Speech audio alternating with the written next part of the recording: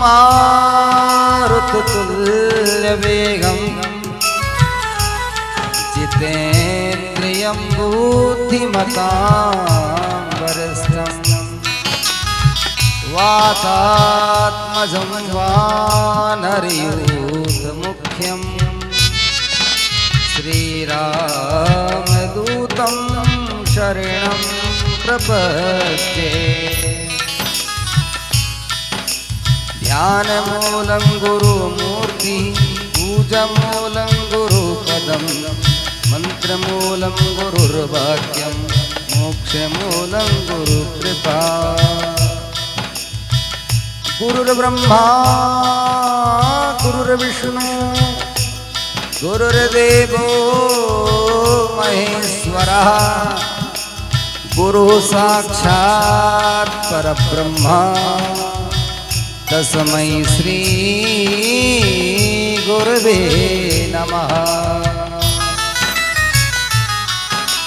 भक्ति भक्त भगवंत गुरु चतुर्नाम बपुए इनके पद वंदन किए नाशत विघ्न अनेक। नमोस्तुते व्यास विशाल बुद्धे तुल्येन्दु बिन्दायत पत्र नेत्र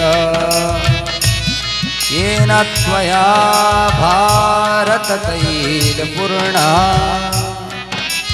प्रज्वालितो ज्ञानमया प्रदीपः प्रज्वालितो ज्ञानमया प्रदीपः।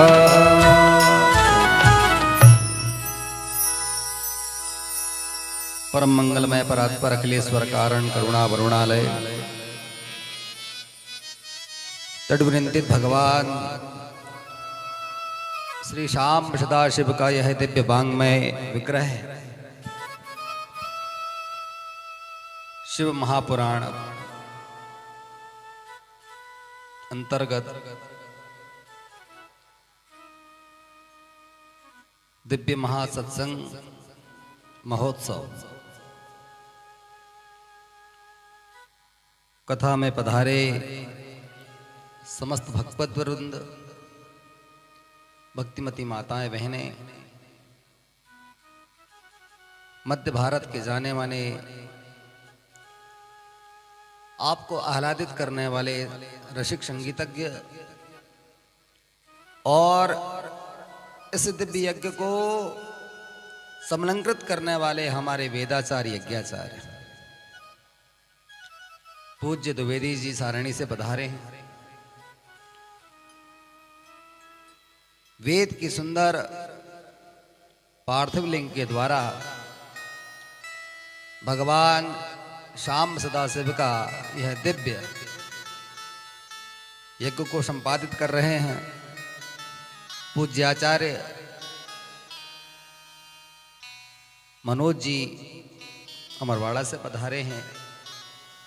आप सभी को अपने वेद मंत्रों के द्वारा आह्लादित कर रहे हैं।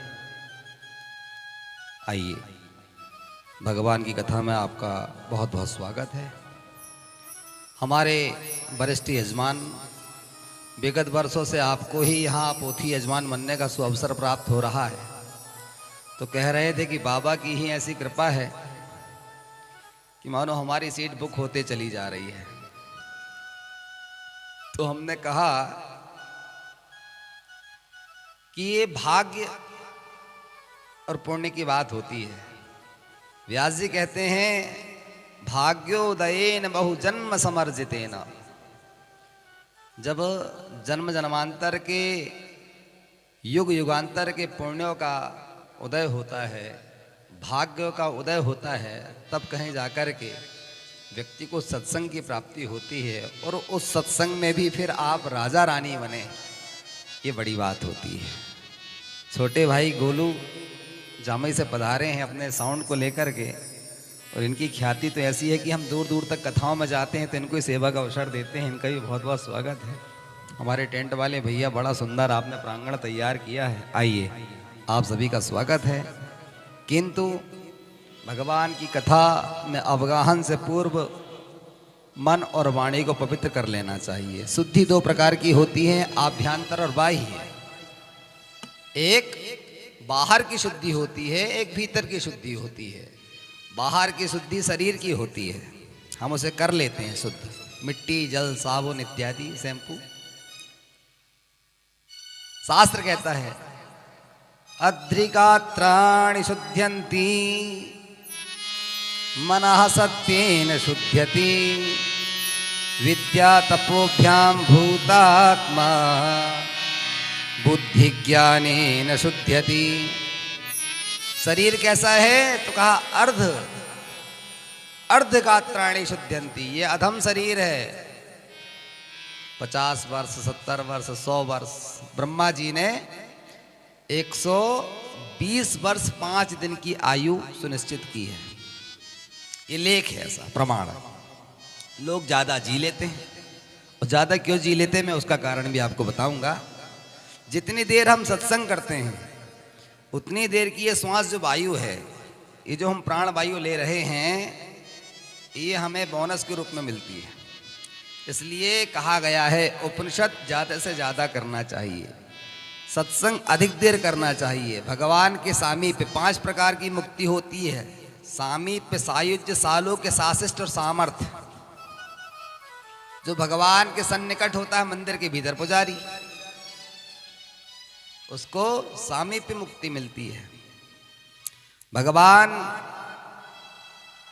जटायु जी को अपनी गोद में लेकर के और कहते हैं कि आप पिताजी से कहना कि उनका पुत्र राम सुरक्षित है। वाल्मीकि जी लिखते हैं वाल्मीकि रामायण में, चित्रकूटम गते रामे पुत्र शोकम तुरस्तदः राजा दशरथा स्वर्गम जगामम बिलपनम सुतम। चित्रकूट पर्वत पर राज राम जी पहुंचे थे और सूचना मिली कि पिताजी तो नहीं रहे, लेकिन मर्यादा और धर्मानुकूल चल रहे थे, इसलिए लौट कर नहीं आए। और गीध देह धरि तजि हरि रूपा, उस गिद्धराज जटायु को भगवान ने अपना लोक दे दिया, सायुज और शालोक्य। तो मुक्ति के भी अपने क्रम हैं। तो बात कर रहे थे शुद्धि की। हमारा शरीर अधम शरीर है। बाबा तुलसी कहते हैं क्षितिजल पावक गगन समीरा, क्षितिजल पावक गगन समीरा, क्षितिजल पावक गगन समीरा, क्षितिजल पावक गगन समीरा, पंच रचित अति अधम शरीरा, पंच रचित अति अधम शरीरा। कैसा शरीर है? पंचभूतत्वों से निर्मित है। पंचभूतत्वों से कैसे? घटाओ। जब हम धरती माता पे चलते हैं तो पहला कौन सा आया? धरती का आया। पैरों को सहारा देती है, खड़े हो जाते हैं, सारी क्रिया करते हैं। तो पहला तत्व क्या हुआ? धरती का। उसके ऊपर हम बढ़े तो हमें किस चीज की प्राप्ति हुई? नाभि के पास में अग्निकुंड है। और ऊपर चले तो प्राणवायु, और ये आकाश, जलाशय। ये पंच तत्वों से निर्मित शरीर है। लेकिन फिर भी कह दिया पंच रचित अति अधम शरीरा, पंच रचित अति अधम शरीरा। पूर्ण नहीं है, अधम शरीर है। तो इस अधम शरीर को शुद्ध कैसे करेंगे? तो कहा मिट्टी, जल, साबुन इत्यादि से शुद्ध कर लेते हैं। और क्या शरीर में? अद्रिगात्राणि शुद्ध्यन्ति मनः सत्येन शुद्ध्यति। इसके भीतर एक मन है। मन का निवास कहाँ होता है शरीर में? अंतःकरण में। और अंतःकरण में 4 चीजें होती है, मन, बुद्धि, चित्त और अहंकार, इसमें सबसे ज्यादा खतरनाक होता है मन। दिल्ली में कल हम थे, आप सारणी में थे कल, लेकिन मन को पहुंचने में 1 मिनट लगेगा। बोले हम तो बच्चों के साथ कल खेल रहे थे, बैठे हुए थे, और शरीर को पहुंचने में 1.5 घंटा लगेगा। बात कहीं सही है? तो कथा को चैतन्यता से सुनेंगे। और क्या है, मन किस चीज से पवित्र होगा? तो कहा मना सत्य न शुद्धति। सत्यता जीवन में आई, मन धीरे धीरे धीरे करके शुद्ध होने लगता है। विद्या तपोभ्याम भूतात्मा, हमारे शरीर के भीतर एक 15 ग्राम की आत्मा है। अमेरिका के डॉक्टर ने रिसर्च किया, इस सारे शरीर को चलाने वाली जो आत्मा है उसका वेट जब किया तो केवल 15 ग्राम। 10 मरने वाले लोगों को उन्होंने रखा और माप में तराजू में जब देखा तो बॉडी, तो जब प्राण निकले तो केवल 15 ग्राम कम हुआ वजन। आय हाय, अब बताइए, इतने भारी भरकम 70 किलो के वजन को, शरीर को चलाने वाली आत्मा केवल 15 ग्राम की। साहब किस बात का अहंकार करके चलते हो? सब धरा का धरा रह जाएगा। आत्मा किस चीज से शुद्ध होती है? विद्या तपोभ्याम भूतात्मा। विद्या और तप के सहारे ये आत्मा पवित्र हो जाती है। और बुद्धि ज्ञानेन शुद्ध्यति, बुद्धि जो है वो ज्ञान के आते ही पवित्र हो जाती, शुद्ध हो जाती है। तो ये तो बाहर का शरीर शुद्ध हुआ, अब भीतर का करना है हमें। तो बाहर का हमने इसे कर लिए और भीतर का भगवान के नाम के द्वारा। आइए बड़े प्रेम से लेते हैं भगवान का नाम। जय जय शिव शंकर माहेश्वरम। सभी को तालियां बजाना है। जय जय शिव शंकर माहेश्वरम।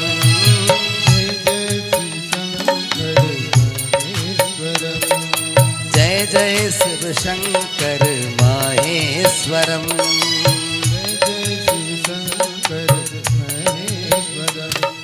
जय शंभो जय शंभो जय भूतेश्वरम। जय शंभो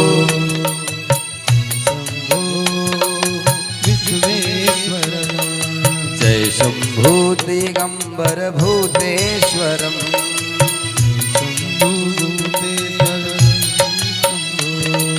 जय जय शिव शंकर माहेश्वरम।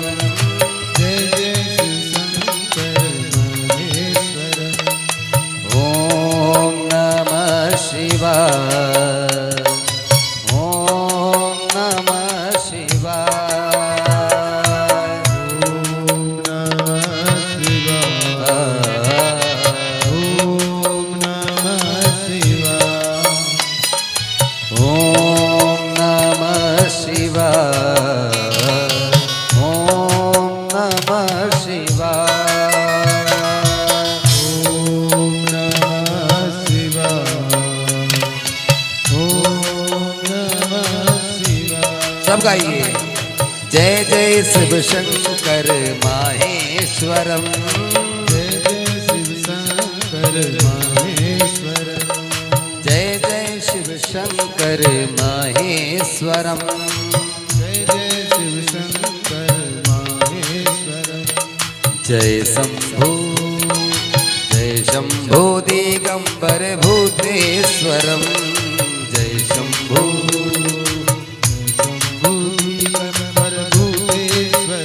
अरे जय जय शिव शंकर माहेश्वरम। जय जय शिव शंकर माहेश्वरम। हरि बोल।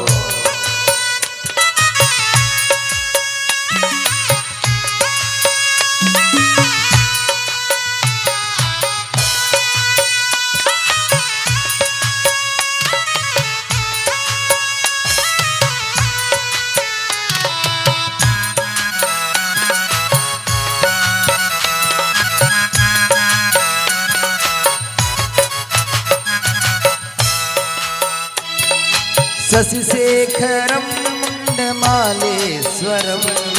शशिशेखरम मुंडमालेश्वरम। शशिशेखरं मुण्डमालेश्वरं शशिशेखरं मुण्डमालेश्वरं कैलास बिहारी कपालेश्वरं कैलास बिहारी कपालेश्वरं ओ कैलास बिहारी कपालेश्वरं कैलास बिहारी कपालेश्वरं अरे जय जय शिव शंकर माहेश्वरम जय जय शिव शंकर माहेश्वरम जय जय शिव शंकर माहेश्वरम ओ जय शंभो तेश्वर दिगंबरम जय शंभो दिगंबर भूतेश्वरम जय जय शिव शंकर माहेश्वरम जय जय शिव शंकर माहेश्वरम जय जय शिव शंकर माहेश्वरम जय जय शिव शंकर माहेश्वरम जय जय शिव शंकर माहेश्वरम जय जय शिव शंकर माहेश्वरम जय जय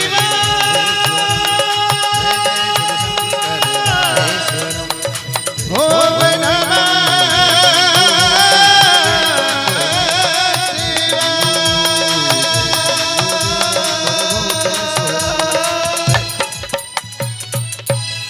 बोले शंकर भगवान की धर्म की अधर्म का प्राणियों में विश्व का गौ माता की गौ हत्या सत्य सनातन धर्म की जगदम्बा महारानी की खेड़ापति मैया की हनुमंत लाल की भैरवनाथ की भोलेनाथ की गंगा मैया की रेवा मैया की सरजू मैया की काशी विश्वनाथ की हरा हरा महादेव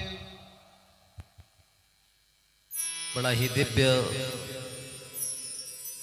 यह कटकोई ग्राम और यहाँ के आप सभी वीतराग श्रोता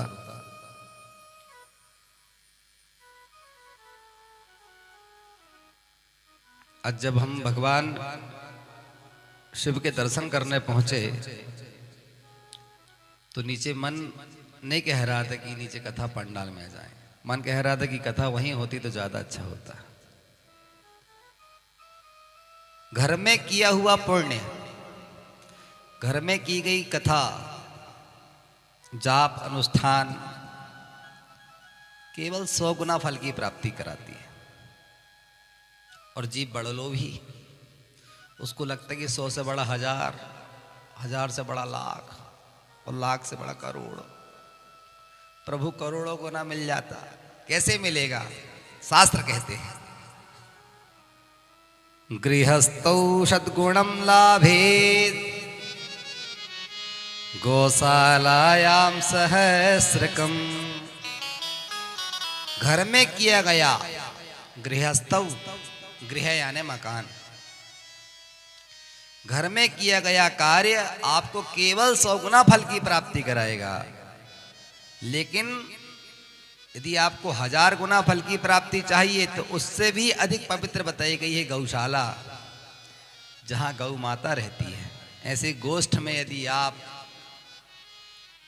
दिव्य सत्संग को करते हैं, कथा को सुनते हैं, जाप को कराते हैं, हवन यज्ञादि कराते हैं तो आपको 1000 गुना फल की प्राप्ति हो जाएगी। जीव बड़ा लोभी और 1000 से ज्यादा चाहिए तो बोले लाख गुना। गंगा तीर्थे कृतम लक्षित, गंगा के तट पर, नर्मदा के तट पर, यमुना के पुलिन पर यदि आप उसी कथा, उसी यज्ञ को, जाप को कराते हैं तो आपको लाखों गुना फलों की प्राप्ति हो जाएगी। और यदि करोड़ों गुना चाहिए तो शिवस्य प्रीतिदायकम, भगवती जगदम्बा जहां विराजमान होती हो, भगवान शंकर जहां पर विराजमान हो जाते हैं, वहां आपको अनंत गुना फलों की प्राप्ति होती है। तो आप और हम बड़भागी हैं जो भगवान कैलाशपति के अध्यक्षता में भगवती खेड़ापति की सन्निधि में विराजमान होकर के इस दिव्य सत्संग रूपी गंगा में गोता लगा रहे हैं।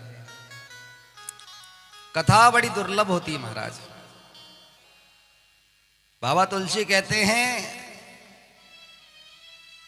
राम कथा सुंदर करतारी, राम कथा सुंदर करतारी, राम कथा सुंदर करतारी, राम कथा सुंदर करतारी। एक स्वर ज्यादा हो गया। संशय बिहाग उड़ावन हारी, संशय बिहाग उड़ावन हारे,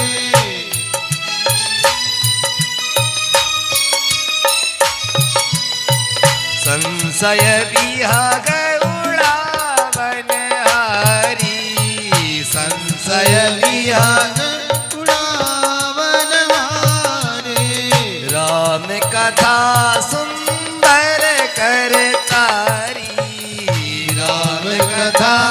सुंदर करतारी। भगवान की कथा कैसी है?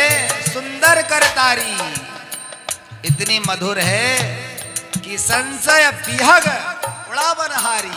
आपने इधर बजाया और पक्षी उड़ जाते हैं, पत्थर मारते ही पक्षी उड़ जाते हैं। इसी प्रकार वे अघ हैं, वे पाप हैं। आपने भगवान का नाम लिया और जितने पाप हैं, कुंभकर्ण मार गया। जब कुंभकर्ण मारा गया तो उसकी पत्नी का नाम था निद्रा देवी, और निद्रा देवी भगवान श्री राम जी के पास गई और निवेदन करने लगी, सरकार आप बताएं मैं कहां जाऊं। भगवान बोले सब स्वतंत्र हैं, भारत ही स्वतंत्र है। हमारे देश का नाम अजनाब खंड, एशिया महाद्वीप में हम रहते हैं। स्वतंत्र हो, जहां जाना है वहां जा सकते हो। नहीं बोले आप स्थान बताइए, आप जहां कह देंगे मैं वहां चले जाऊंगी। भगवान बोले नहीं, सब स्वतंत्र हैं, जिसको जहां लगे वहां रहो, खूब खाओ, मौज से रहो।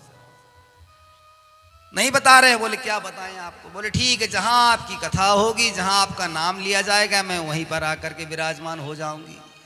तो उस दिन से बस जहां भगवान की नाम और कथा ली और बस और हमको तो ज्यादा लगता है जो बासी कड़ी खाता उसको ज्यादा आती। वो शंकर भगवान की जी।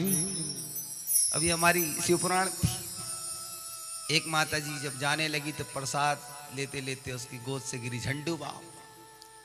तो उनको माता जी काहे? तो कहे महाराज क्या बताएं, आप सबको रुलाते हो, हमारे आंसू नहीं आते, तो हम झंडू बाम लगाते, कम से कम आंसू तो आए।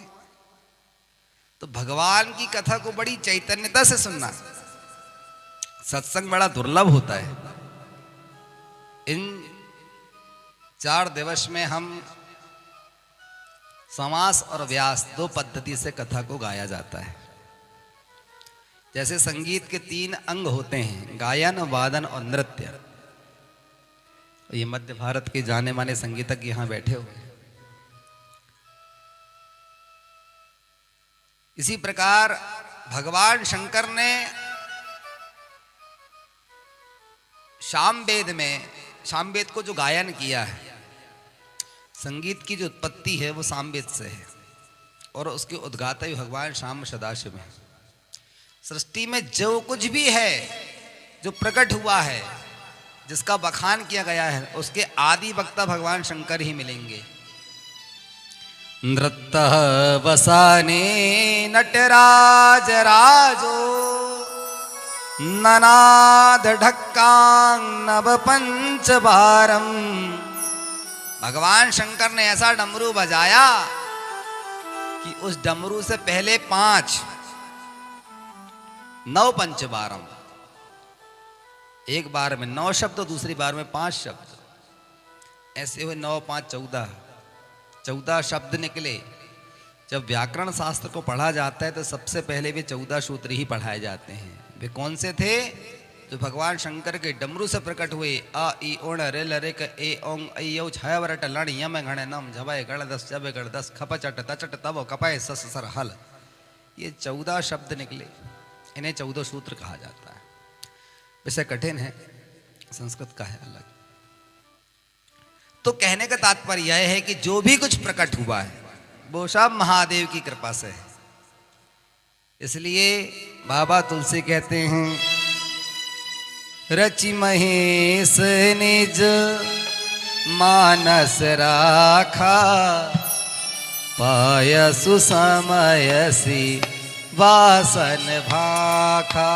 मैंने केवल लिखा हूं, लेकिन इसको बखान करने वाले कहने वाले भगवान शंकर हैं। ये बाबा तुलसी कह रहे हैं रामायण में। प्रत्येक कथा को जो गायन किया है भगवान श्याम सदाशिव ने गाया है, और शिव जी की बड़ी अद्भुत लीला है। इसलिए भगवान भोलेनाथ का नाम पड़ा देवों के देव महादेव। किसी दूसरे देवता को महादेव नहीं कहा जाता, देवों के देव नहीं कहा जाता, लेकिन भगवान श्याम सदाशिव इतने भोले हैं। उनका एक नाम है आशुतोष। आशु माने शीघ्र, तोष माने कल्याण, जो अति शीघ्र ही प्रसन्न हो जाएं और कल्याण कर दें।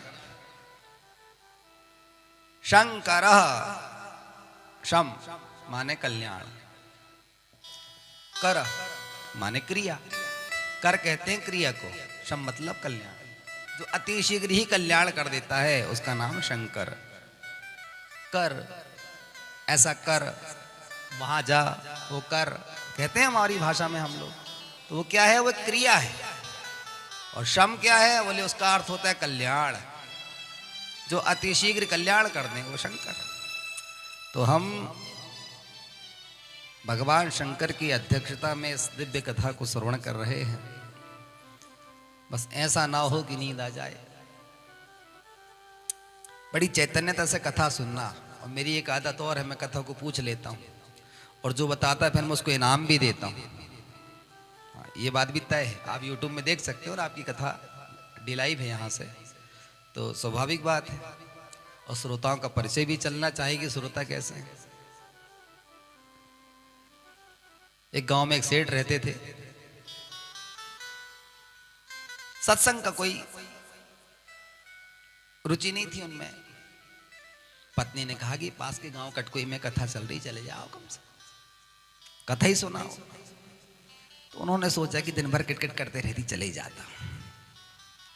नाती पोते भी घर में चेचे करते रहते हैं, कहाँ नींद आती है। तो आए और खम्बा पकड़ के बैठ गए। तो पंडित जी कथा सुना रहे थे। आइए बैठिए, आइए और बैठिए। जो खर्राटा बजाना शुरू किए, पूरी कथा 3 घंटे की हो गई। सारे श्रोता चले गए। जब फट्टी उठाने वाले भाई लोग पहुंचे तो उन्होंने कहा कि भाई बाबू जी आप भी उठ जाते, समय पूरा हो गया। अरे बोले कथा पूरी हुई? बोले जाइए। हाँ तो बोले ऐसे थोड़ी जाएंगे, प्रसाद तो दो, घर में प्रमाण पत्र देना पड़ेगा कि हम कथा में गए थे, सत्संग में गए थे। धर्म पत्नी को क्या बताएंगे। प्रसाद लिया, घर पहुंचे। पत्नी ने कहा कि क्यों गए थे? हाँ गए थे, ये देखो प्रमाण, प्रसाद लेकर आ रहे हैं। मुर्रा चिरौंजी का हमें प्रसाद मिला है, ये हम लेकर के कथा से आ रहे हैं। बोले कथा में क्या कहा पंडित जी ने? पंडित जी ने कहा कुछ याद है? बोले हाँ हमने सुना, बताओ। बोले हम जब गए तो उन्होंने कहा कि आइए बैठिए, और जब हम आने लगे तो कहा जाइए। और बोले बस हमने इतना ही सुना। पत्नी ने कहा कि बड़ा कंजूस आदमी, कम से कम गया तो कथा। ढीठ स्वभाव का आदमी। भोजन इत्यादि हुआ। पत्नी ने कहा कि भाई गृह कार्य में मेरी तो कमर दर्द कर रही, मैं तो आराम करने जा रही हूं, और ये महामंत्र हैं, इनका जाप करो बैठो। वो कह रहा था आइए बैठिए जाइए, ठीक। बत्ती बंद कर दो, बिजली का बिल आता है। तो हॉल का लाइट बंद करके और बस वो तो पत्नी बेडरूम में सोने चली गई। ये सेठ जी महाराज बैठे बैठे जप रहे थे, आइए बैठिए जाइए, आइए बैठिए जाइए। इतने में खिड़की से घुसा एक चोर।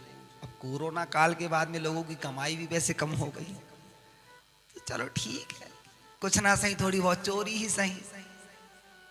तो ये कह रहा था बैठे बैठे, आइए। चोर ने प्रवेश किया खिड़की से, ये कहता बैठिए। चोर समझ गया, ओहो हम तो पहचान में आ गए, पटेल के लड़के। इसने पक्का पहचान लिया, कल बड़ी बदनामी होगी हमारी। मुंह दिखाने के लायक नहीं, दिन भर से जितना चोराया सब इसके साथ। और वो कुछ कहते इससे पहले वो खिड़की से भागा और ये कहता जाइए। खिड़की से जैसे ही वो नीचे कूदा तो खिड़की की आवाज आई। इसे लगा कि कोई आया है, बिल्ली इत्यादि हो गई। लाइट ऑन किया, बल्ब जलते ही इसने देखा कि पैरों के पास में सारी जवाहरात और पैसे इत्यादि पर रखे हुए। पत्नी को जाके जगाया, क्या बात है? अब उठो उठो, देखो तो जरा, ये चोर आया और हमारे घर का धन नहीं चुराया। तुम क्या कर रहे थे? बोले मैं वो तीनों मंत्रों को जप रहा था। आइए बैठिए जाइए। बोले झूठे आदमी कथा से 3 झूठे शब्द लेकर के आ गए जिन्होंने तुम्हारे घर के धन की रक्षा कर दी। जिस दिन तुम कथा से सच्चे शब्दों को सुनकर के ले आओगे तुम्हारा भाग्य बदल जाएगा। जिस दिन कथा से सच्चे शब्दों को लेकर के आ जाओगे तुम्हारा भाग्य बदल जाएगा। 3 झूठे शब्दों ने तुम्हारे घर का धन रोक लिया, बचा दिया। तो भगवान की कथा बड़ी दुर्लभ है, सबको प्राप्त होती नहीं है। सावधान सुन सुमुख सुलोचनी, सावधान। बाबा तुलसी कह रहे हे लोचन, नेत्रों का कनेक्शन मन से होता है। हमारा मन गया। अच्छा 3 प्रकार के आदमी आते कथा में, सोता, श्रोता और सरोता। एक तो सोने आते हैं, उनको कोई मतलब नहीं, आप कितने गा लो, कितने चुटकुले सुना दो, कितनी अच्छी कथा सुना दो, उनको केवल खर्राटे बजाना है। एक श्रोता। दूसरा वो शुद्ध, उसे किसी मतलब से कार्यों से मतलब नहीं, केवल कथा को श्रवण करना है। कितना अच्छा परोसा जा रहा है उस सार को हमें ग्रहण करना है। और एक होता है सनौता। ऐसा पंडाल लगाया जाता है, बैठने की ये व्यवस्था है, गिट्टी गड़ रही है हमको और पंडित जी को ऐसे बैठा दिए, ये क्या लटका के रखा है, यहाँ लाइट की कमी जा रही है, आवाज नहीं आ रही है, इतना कोई साउंड चलाया जाता है क्या? विभिन्न प्रकार की बातें। जिसको प्यास नहीं लगी है वो आपके प्याऊ में आएगा और 17 बातें पूछेगा। बोर का पानी है, कुआं का है, नदी का ले आए, फिल्टर वाला नहीं ला सकते, छाना है तुमने जल को। और जिसको प्यास लगी होगी वो एक भी प्रश्न नहीं करेगा, वो तो अंजलि बढ़ाएगा, महाराज पानी डाल दो, बस गला अवरुद्ध हो रहा है, प्यास लगी होगी। इसी प्रकार महात्मा तुलसीदास जी कहते हैं, सावधान सुन सुमुख सुलोचनी, सावधान सुलोचनी, राम कथा भव बंध विमोचनी, राम कथा भवबंध विलोचनी। भगवान की कथा कैसी? भव बंध विमोचनी, आपको सारे भव बंधनों से मुक्त कर देती, विमोचनी। इसलिए सावधान, जितना सावधान होकर के आप कथा को सुनेंगे उतना ही सार तत्व आपको प्राप्त होगा। भगवान शंकर की कथा बड़ी ही गूढ़ और रहस्यमयी है। ब्रह्मा जी महाराज का जहां जाके मनश्चक्र रुका, उस क्षेत्र का नाम पड़ा नैमिषारण्य, उसे निमिष क्षेत्र कहा जाता है। क्या हुआ? बोले सत्रम स्वर्गाय लोकाय, 1000 वर्षों तक चलने वाला दिव्य ज्ञान यज्ञ वहां रखा गया। और सुरता कैसे हैं? 88,000 सौनक आदि ऋषिश्वर वहां बैठे हुए हैं। 1 2 5 नहीं, 88,000। ये तो केवल उनकी संख्या है, सौनक आदियों की। और गंधर्व, किन्नर, यक्ष, अनाग, ऋषि, मुनि, यति, मुनीन्द्र जो बैठे हैं उनकी संख्या अलग है। ये तो केवल सौनकादिक है। और वे सौनकादिक कैसे हैं? बोले एक एक श्रोता चतुर्युग देख चुका है, कलयुग की आयु कितनी है? 4,32,000 वर्ष। और कलयुग के पहले क्या था? द्वापर युग। तो 4,32,000 में 4,32,000 प्लस कर दीजिए, 8,64,000 वर्ष। और 8,64,000 वर्ष ये द्वापर की हो गई, इसमें 4,32,000 और जोड़ दीजिए, कितना हो गया? 8,64,000 में 4,32,000 जोड़ने पे कितना होता है? 12,96,000। उसमें ये त्रेता की आयु हो गई, और उसमें 4,32,000 और जोड़ दीजिए, कितना हो गया? 17,28,000 वर्ष। ज्यादा गणित आप लोग पढ़े, हम तो संस्कृत वाले। बोलिए भक्तवत्सल भगवान की। 17,28,000 वर्ष ये हुई सतयुग की आयु। ऐसे एक एक श्रोता ने इतना जीवन जी चुका है, वे इतनी जिंदगी देख चुके हैं। ऐसे श्रोता बैठे हैं, और इतने वीतराग श्रोताओं के मध्य में जो कथा कहने के लिए आए, श्री रोमहर्षण जी महाराज सूत जी, वे कैसे हैं उनका परिचय देता हूं आपको। केवल 20 वर्ष की आयु, और जैसे ही कथा पंडाल में आए तो सारे लोग खड़े होकर के नतमस्तक होने लगे। उन्हें क्षोभ हुआ कि मैं इतना छोटा हूं और ये इतने वरिष्ठ होकर के मुझे प्रणाम कर रहे हैं, अभ्युत्थान कर रहे हैं, आसन दे रहे हैं। तब सौनकादि ऋषिश्वरों ने कहा, महाराज धन वृद्धा बल वृद्धा आयु वृद्धा तथैव च ते सर्वेपि ज्ञान वृद्धाश्च किंकिरा शिष्य किंकिरा। कदाचित कोई धन में बड़ा हो जाए तो उसे बड़ा नहीं कहते। यहाँ रोज शेयर मार्केट अप डाउन होते हैं, आज टाटा आगे है तो कल अडानी है तो कोई अंबानी है। तो पता लगा कि भाई लंदन का कोई दूसरा व्यापारी आ गया और उसके शेयर मार्केट में बढ़ गए। तो धन में तो अप डाउन रोज हो रहा है, हम रोज शेयर मार्केट देखते हैं। इंटरनेशनल बाजार को जब हम देखते हैं तो ये जरूरी नहीं है कि एक ही व्यक्ति यहाँ शिरोमणि होगा, दूसरे का भी नंबर लग जाता है।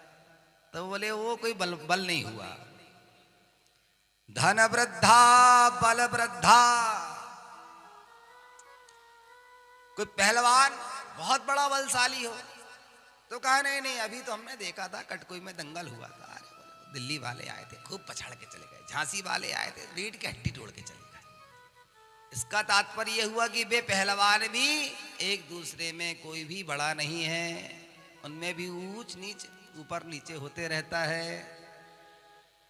आयु वृद्धा तथैव च, तीसरा बल होता है आयु का।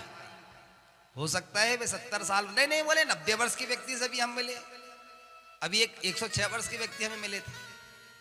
अब बताओ, और 126 वर्ष का व्यक्ति भी अभी काशी बनारस में, और वे कहते हैं कि मौत मेरे घर का पता भूल गई है, आ ही नहीं रही। और आज भी 6 भाषा में वो पेपर पढ़ते हैं अखबार को, और रोज अंग्रेजी का पेपर उनके घर में भगवान के दिव्य सुमधुर कथा को श्रवण कराएं। सौनक जी खड़े हुए और उन्होंने सूत जी से कहा, प्रभु आप जब कथा सुनाते हैं तो शरीर का रोम रोम हर्षित हो जाता है, इसलिए उनका नाम पड़ा रोमहर्षण। जिसके वाणी में इतना चमत्कार है कि जो व्यक्ति चैतन्यता से सुनता है वो गदगद हो जाता है। और भगवान राम गीता में वही बात कहते हैं, वाग्गद गदा द्रव्यते यस्य चित्तम रुदत्त भीक्षणम हसति क्वचिच्चा। मेरे भक्तों को चाहिए जो मेरी कथा को गदगद स्वर से सुनता है, जो गदगद स्वर से कहता है, जो हंसता है, रोता है, नाचता है, गुनगुनाता है, तालियों के द्वारा संकीर्तन करता, त्रैलोक्य माम पुनाति, ऐसा भक्त मुझे तीनों लोकों में दुर्लभ होता है। ये भगवान के राम गीता में वचन है, भगवान प्रतिज्ञा लेते हैं। इसलिए हे सूत जी, जब आप कथा को गाते हैं तो हम रोमांचित हो जाते हैं, हमारे रोम रोम में गदगद आनंद उत्पन्न हो जाता है। हमारा प्रश्न है, हाँ बताएं। मंदा सुमंद मतयो मंद भाग्यायुपद्रुतः। आगामी समय में कलिकाल आने वाला है, कलयुग, और उस कलयुग में जो जीव उत्पन्न होंगे वे सब मंद बुद्धि के होंगे।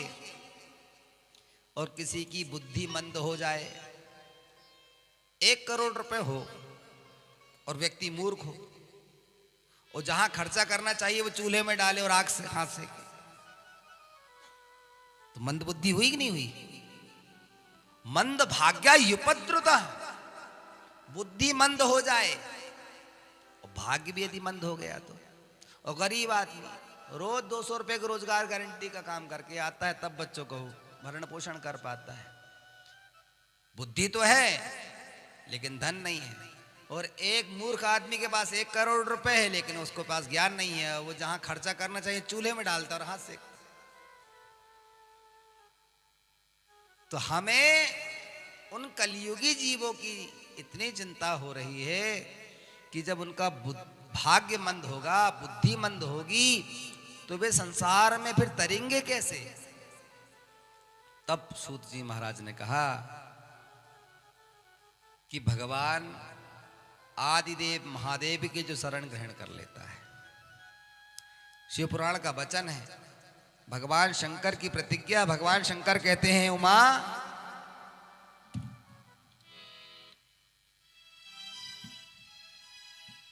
महादेव महादेव महादेवेति वादितम् वत्स गौरीव गौरीशम् धावन्तमनुधावति।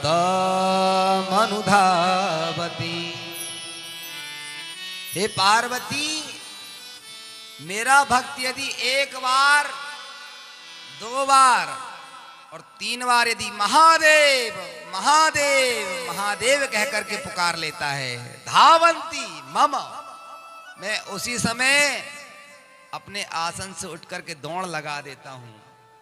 मेरा भक्त जब 1 बार महादेव कहता है तो मुझे लगता है कि मुझे खरीद लिया। दूसरी बार जब वो महादेव कहता है तो मुझे लगता है कि इसे स्वर्ग का स्थान दे दूं। और तीसरी बार जब वो पुनः मेरा नाम लेता है तो मुझे ऐसा लगता है कि इसने तो मुझे अपना दास बना लिया, अब तो इसका नौकर बनना पड़ेगा।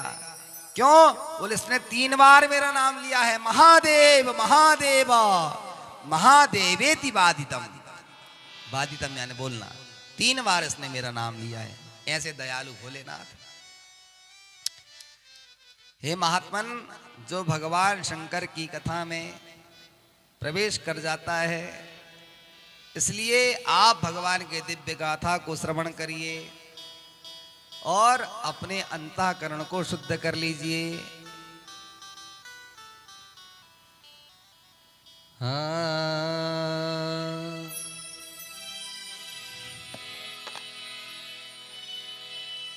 जो करते रहोगे भजन धीरे धीरे तो मिल जाएगा वो सजन धीरे धीरे। जो करते रहोगे भजन धीरे धीरे तो मिल जाएगा वो सजन धीरे धीरे। जो करते रहोगे भजन धीरे धीरे तो मिल जाएगा वो सजन धीरे धीरे। जो करते रहोगे भजन धीरे धीरे तो मिल जाएगा वो सजन धीरे धीरे। इसलिए भगवान का भजन करना चाहिए। सभी तालियों की सेवा देंगे। हरि बोल।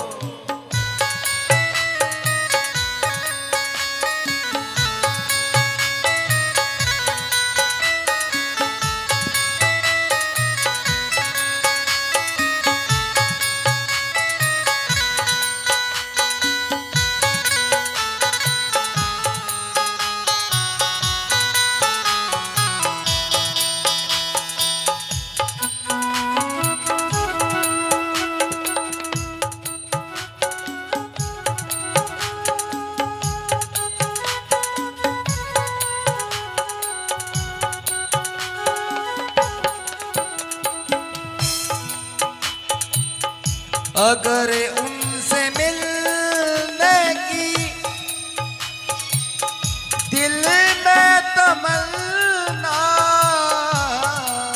उनसे मिलने की दिल में तमन्ना, अगर उनसे मिलने की हो दिल में तमन्ना, उनसे मिलने की दिल में तमन्ना, अगर हरि से मिलने की हो दिल में तमन्ना, उनसे मिलने की दिल में तमन्ना, तो करो शुद्ध अंतः करण धीरे धीरे, करो शुद्ध अंतः करण धीरे धीरे। क्या होगा? मिल जाएगा वो सजन धीरे धीरे, जो करते रहोगे भजन धीरे धीरे, तो मिल जाएगा वो। भजन धीरे धीरे, शंकर की प्राप्ति तभी होगी जब अंतःकरण पवित्र होता है। हरि बोल।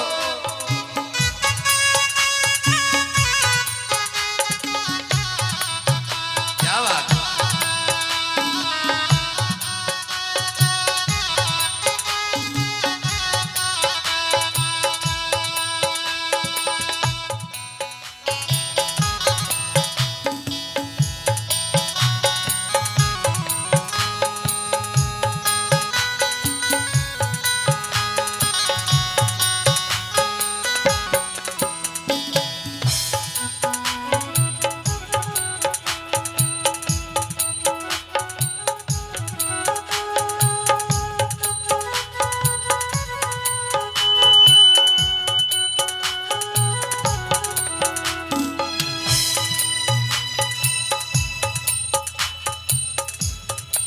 भक्त कहता है,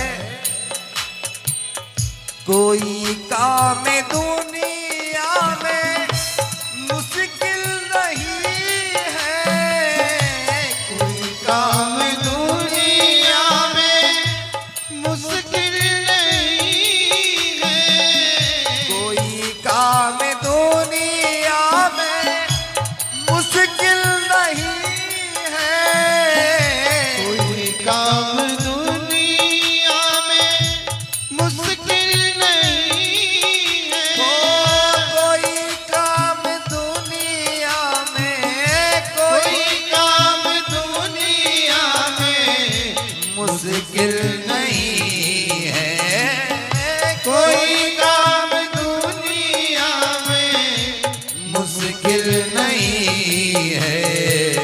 क्या होगा? करो प्रेम से भक्ति, करो प्रेम से भक्ति, सेवा हरि की, करो प्रेम से भक्ति, सेवा हरि,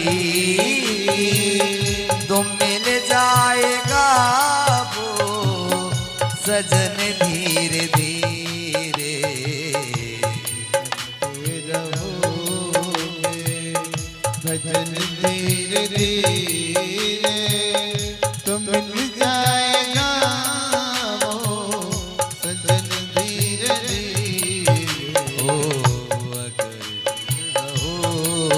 तू भजन धीरे धीरे तू मिल जाएगा वो सजन धीरे धीरे जो करते रहोगे। भजन धीरे धीरे सब गाइए। तो मिल जाएगा वो सजन धीरे धीरे।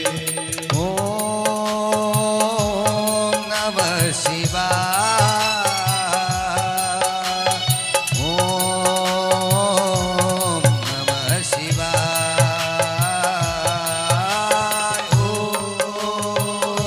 नमः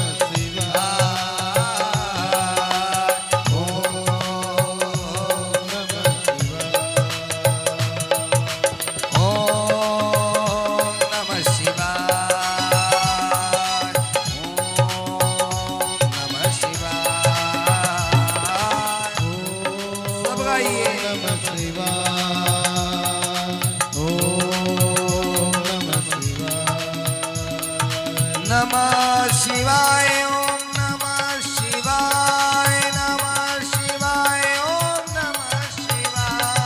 नमः शिवाय। ओम नमः शिवाय। नमः शिवाय। ओम नमः शिवाय। नमः शिवाय।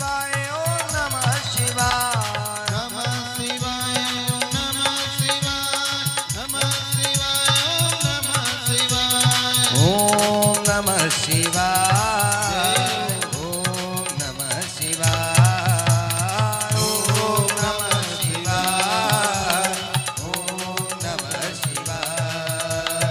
ओम नमः शिवाय। ओम नमः शिवाय। ओम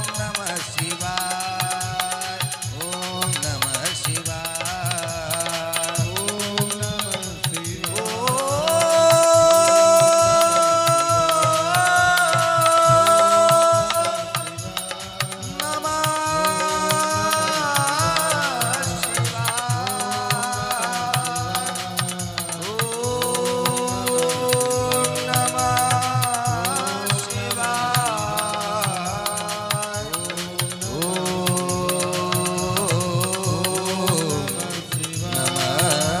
शिवाय।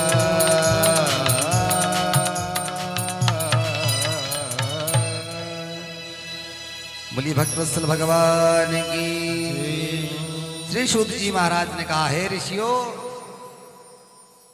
जो भगवान का सहारा ले लेता है, जो भगवान का आश्रय ले लेता है, संसार में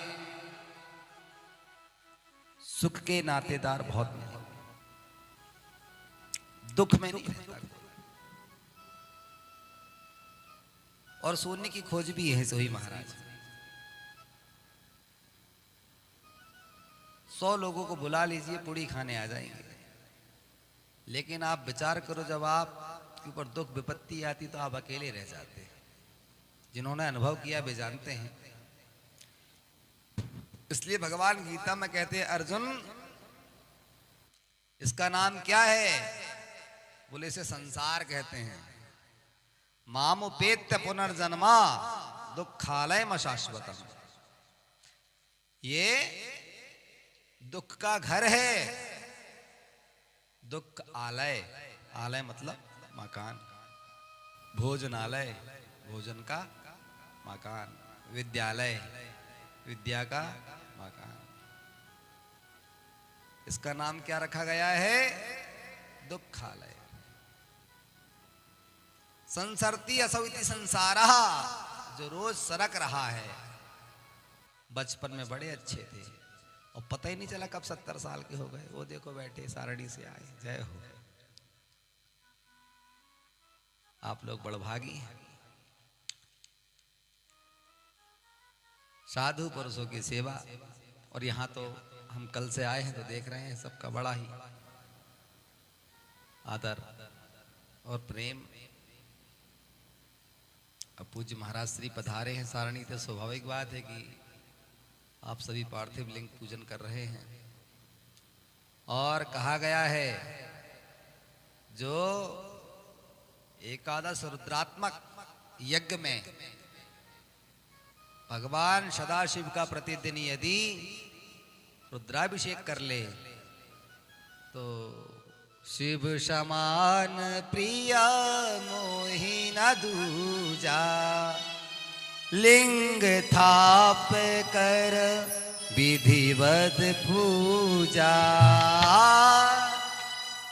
लिंग थाप कर विधिवत पूजा, लिंग थाप कर विधिवत पूजा, शिव समान प्रिया मोहि न दूजा।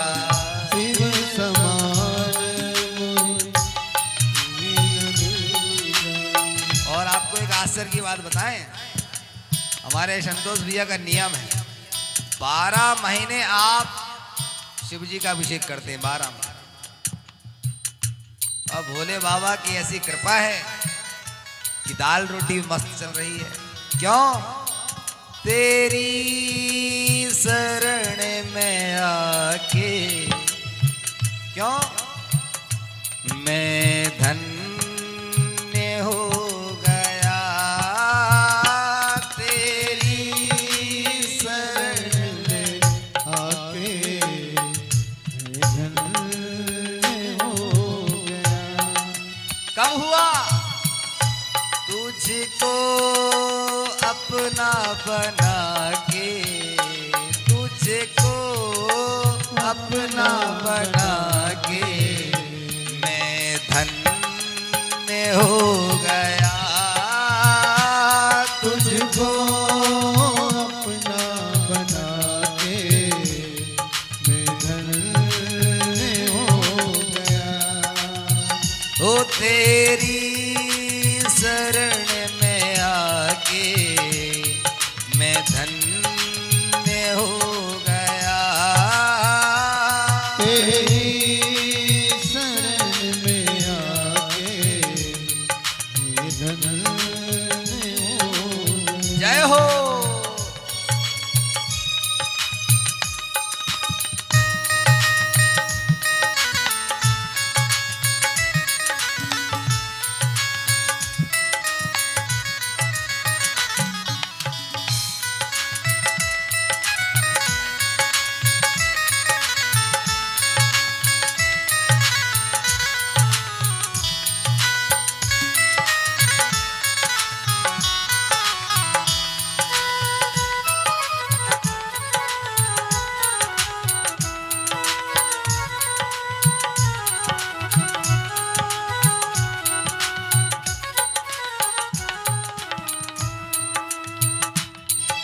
भगवान से बार बार भक्त कहता है, प्रभु तेरी शरण में आके मैं धन्य हो गया, तेरी शरण में आके मैं धन्य हो गया। तेरी शरण में आके मैं धन्य हो गया। तेरी शरण में आके मैं धन्य हो गया। तेरी भोले तेरी शरण में आके आहा मैं धन्य हो गया। तेरी शरण में आके मैं धन्य हो गया। तेरे दरस को पाके पावन मन हो गया। तेरे करना कभी न दूर प्रभु चरणों से करना प्रभु न दूर चरणों से प्रभु करना कभी न दूर प्रभु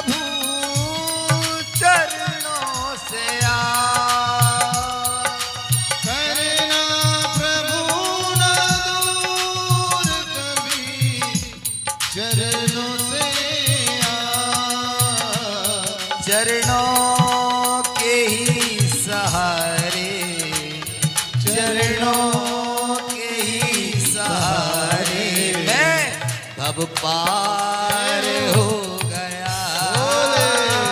चरणों के ही सहारे भव पार हो गया। तेरी शरण में आके मैं धन्य हो गया। तेरी शरण में आके धन्य हो। तो भगवान की शरण में जो आ जाता है, ये आए 12 वर्ष पूर्व और हमने कहा क्या कर रहे? तो बोले हम शंकर जी की पिंडी बना रहे हैं कथा में, और हमारे संतोष भैया रोज अभिषेक करते हैं। तो बाबा तुलसी भी वही बात कहते हैं कि लिंग थाप कर विधिवत पूजा, शिव समान प्रिय मोहि न दूजा। और महाराज श्री पधारे हैं सारणी से, तो हम तो यही कहेंगे कि आप कटकुई वासियों को प्रतिदिन पार्थिव लिंग पूजन और उसमें जो रुद्राभिषेक कराए वो नमक चमक से कराए। भव्य एकादश रुद्र यज्ञ का पूर्ण फल आपको प्राप्त हो जाएगा। ये हम व्यासपीठ से कह रहे हैं, ऐसा अद्भुत होता है। सौनकादियों ने कहा भगवान शाम सदाशिव मुक्ति के प्रदाता हैं, उनकी भक्ति किस तरह से होनी चाहिए? तो कहा लिंगे च वैरे च, एक तो भगवान का सकारात्मक स्वरूप बताया गया है मूर्ति रूप में, और दूसरा स्वरूप बताया गया है निराकार में लिंग स्वरूप। जो लिंग स्वरूप में भगवान की भक्ति करता है। अब लिंग कितने प्रकार के बनाते हैं, कथा को थोड़ा ध्यान से सुनिए। आटे के शिवलिंग बनते हैं, गुड़ के शिवलिंग बनते हैं, पुष्प फूलों के शिवलिंग बनते हैं, मक्खन के शिवलिंग बनते हैं, वैरागी साधि पुरुष विषाधु महात्मा भस्म का शिवलिंग बनाते हैं, और सामान्य पुरुष को चाहिए कि वो नित्य प्रति पार्थिव लिंग बनाए और पार्थिव लिंग का फिर प्रतिदिन पूजन करे। जिस मंदिर में मूर्ति रखी हुई है और वहां यदि लिंग नहीं है तो मूर्ति की पूजा अधूरी मानी जाती है। भगवान कृष्ण का सुंदर मंदिर है और उस कृष्ण के मंदिर में यदि शालिग्राम जी की मूर्ति नहीं है तो वो कृष्ण की मूर्ति अधूरी मानी जाती है, उसकी पूजा। और शालिग्राम है और कृष्ण नहीं है तो भी पूजा पूरी मानी जाती है। शिवलिंग है और मंदिर में यदि मूर्ति नहीं है तो भी शंकर की पूरी पूजा मानी जाती है। दो ही ऐसे देवता हैं जिन्हें पूर्ण अधिकार प्राप्त है साकार और निराकार में, जिनकी पूजा होती है। भगवान वासुदेव श्री हरि कृष्ण शालिग्राम स्वरूप में और राम विष्णु नारायण के स्वरूप में उनकी साकार और निराकार रूप में पूजा होती है। और एक भगवान महादेव। सौनक जी ने पूछा भगवान,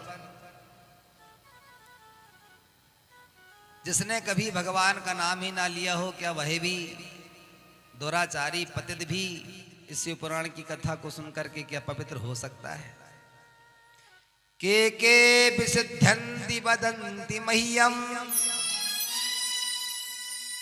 ये मानवा पाप्य कृतस्तु सर्वदा सदा दुराचार रत विमार्गगा क्रोधाग्निदग्धा कुटिलाश्च कामिना। जिसने क्रोध किया हो, कुटिलता पूर्वक जीवन जिया हो, कभी भगवान की कथा ही ना सुना हो, नाम ही ना जपा हो, वह व्यक्ति भी यदि एक बार इस कथा को सुन लेता है तो वह भी मुक्त हो जाता है। समुद्र के तटवर्ती एक बाष्कल नामक क्षेत्र में गांव में एक बिंदुक नामक ब्राह्मण रहता था। थोड़ी सी कथा है, उसको सुन लीजिए। कथा का महात्म्य तो बता दें आज। हमें पता है कि आप लोगों को नींद आ रही होगी, पर भगवान की कथा में तो कहाँ की नींद आ रही साहब। भजन और भोजन, ये ध्यान रखो। शरीर के लिए भोजन और आत्मा के लिए भजन आवश्यक। नहीं खाओगे तो शरीर हष्ट पुष्ट नहीं हो पाएगा। तो बाहर के शरीर को अच्छा चिकना रखना है, हष्ट पुष्ट रखना है तो भोजन दो, और उसके भीतर जो 15 ग्राम की आत्मा बैठी है उसको यदि रोज भजन नहीं दोगे तो वो मुरझा जाएगी और ज़्यादा दिन फिर शरीर में निवास नहीं कर पाएगी। फिर हाँ बोले क्या बताएं महाराज जी, सिलेंडर खत्म हो गया था, ऑक्सीजन मिला नहीं, बचा नहीं पाए। राम नाम, ये देखो मनीष भैया कह रहे हैं। बिंदुक ने जीवन पर्यंत अच्छा काम नहीं किया, दुराचारी, पत्नी उसकी चंचुला, लेकिन व्यभिचारी हो गया। पत्नी घर में रहती और बिंदुक पर स्त्री के साथ में गमन करता, वैश्यालय के साथ में जाकर के वैश्यालय भ्रमण करता, और ब्राह्मण घर में जन्मा। इसकी पत्नी ने बहुत दिनों तक राह देखी, लेकिन अब वही भी स्त्री थी, उसकी भी काम अग्नि थी, कब तक बचा के रखती। नहीं रहा गया तो उसने भी परपुरुष के साथ में संबंध बनाना आरंभ कर दिया। एक दिन ये घर आया, इसने रंगे हाथों पकड़ लिया। अरे बोले तो तू दूसरे पुरुष के साथ